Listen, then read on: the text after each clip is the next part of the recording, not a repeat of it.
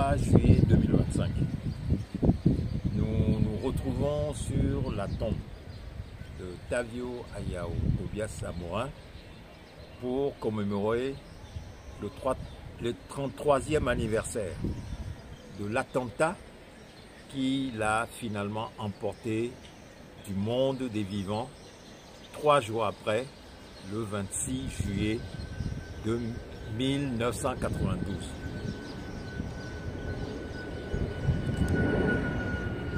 En effet, il y a exactement de cela 33 ans, à Tocoin-Gonvier, un attentat absolument abject frappait notre camarade de lutte, Tavio Ayao Tobias Amorin. Les policiers Karewe Kossi et Bukwesi Yodolu, sur ordre de Yadema, tiraient sur lui alors qu'il venait de sortir du domicile d'une de ses tantes pour aller voir une de ses connaissances dans ce quartier de Tocoin-Gonvier. Pourquoi a-t-il fallu que Yadema envoie ces exécutants assassinés, tirés sur Tavio? Tout simplement parce que Tavio menait un combat au nom du peuple togolais en tant que président de la commission spéciale chargée d'étudier le nouveau projet de constitution que le Haut Conseil de la République venait de finir de peaufiner et qu'il avait présenté avec un autre membre du Haut Conseil de la République, Maître Zoti, au peuple togolais lors d'une émission sur Radio Lomé. Et au cours de cette émission, Tavio, en expliquant les dispositions et les considérations qui avaient amené à élaborer ce nouveau projet de constitution, insistait sur le fait que cette nouvelle loi fondamentale était en conformité avec tous les textes, toutes les lois régissant le fonctionnement des institutions togolaises, notamment l'armée et la loi portant statut de l'armée interdisait à tout militaire de briguer des fonctions politiques. Disposition qui avait été copieusement bafouée par Étienne Gnassingbé Eyadema depuis sa prise du pouvoir par le coup d'État du 14 avril 1967. Et donc, après le soulèvement populaire du peuple togolais à partir de sa jeunesse, le 5 octobre 1990, et tous les bouleversements qui s'en sont suivis au cours de l'année 1991, jusqu'à la conférence nationale qui a commencé au mois de juillet, eh bien, tout ce bouleversement-là avait créé une telle situation au Togo que la conférence nationale avait décidé de d'abord mettre en place un parlement transitoire qui était le Haut Conseil de la République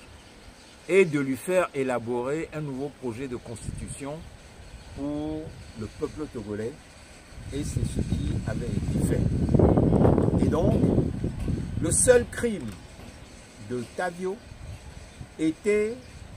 de faire tout simplement ce que la loi disait, à savoir de mettre en conformité la Constitution avec les lois régissant le fonctionnement de l'État togolais. Et pour cela, Tavio était devenu un homme à abattre pour Étienne Gnassingbé Eyadema, qui a envoyé à ses trousses ses exécutants, ses assassins. Eh bien, cette nuit du 23 juillet à Tocoin-Gonvier, lorsque les policiers Bukwesi, Yodolu et Karewe Kossi ont tiré sur Tavio, eh bien, ils l'ont mitraillé quasiment à bout portant,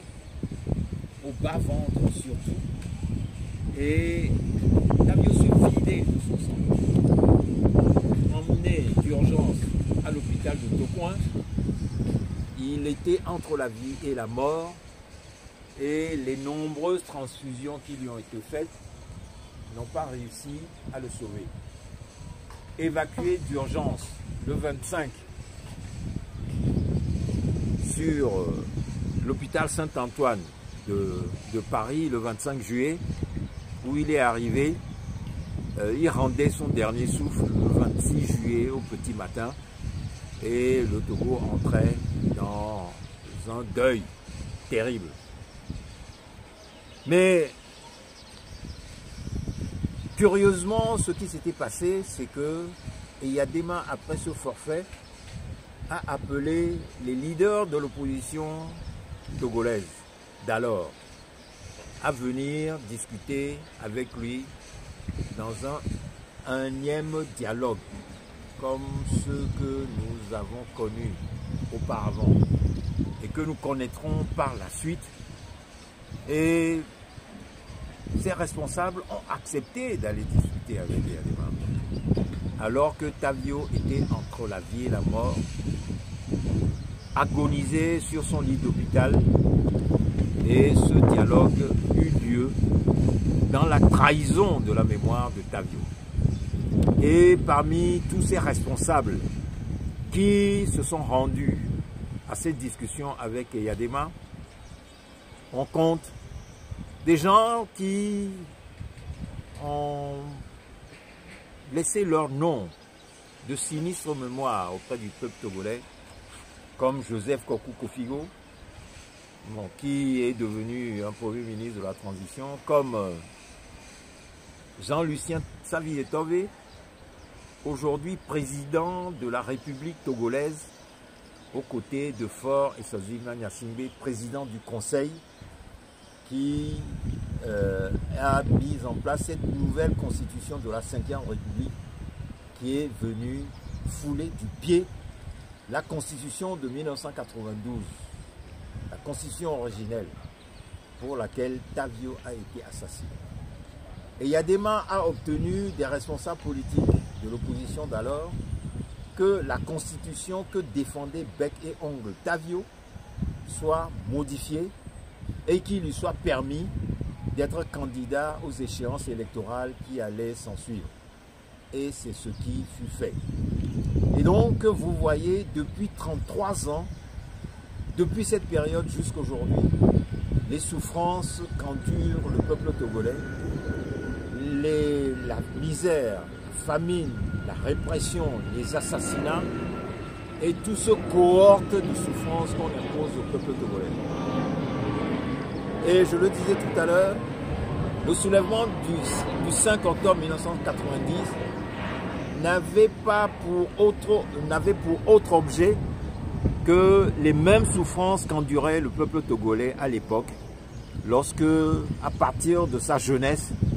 il s'est soulevé pour exiger qu'Eyadema s'en aille, pour mettre fin à la gabegie, au pillage des richesses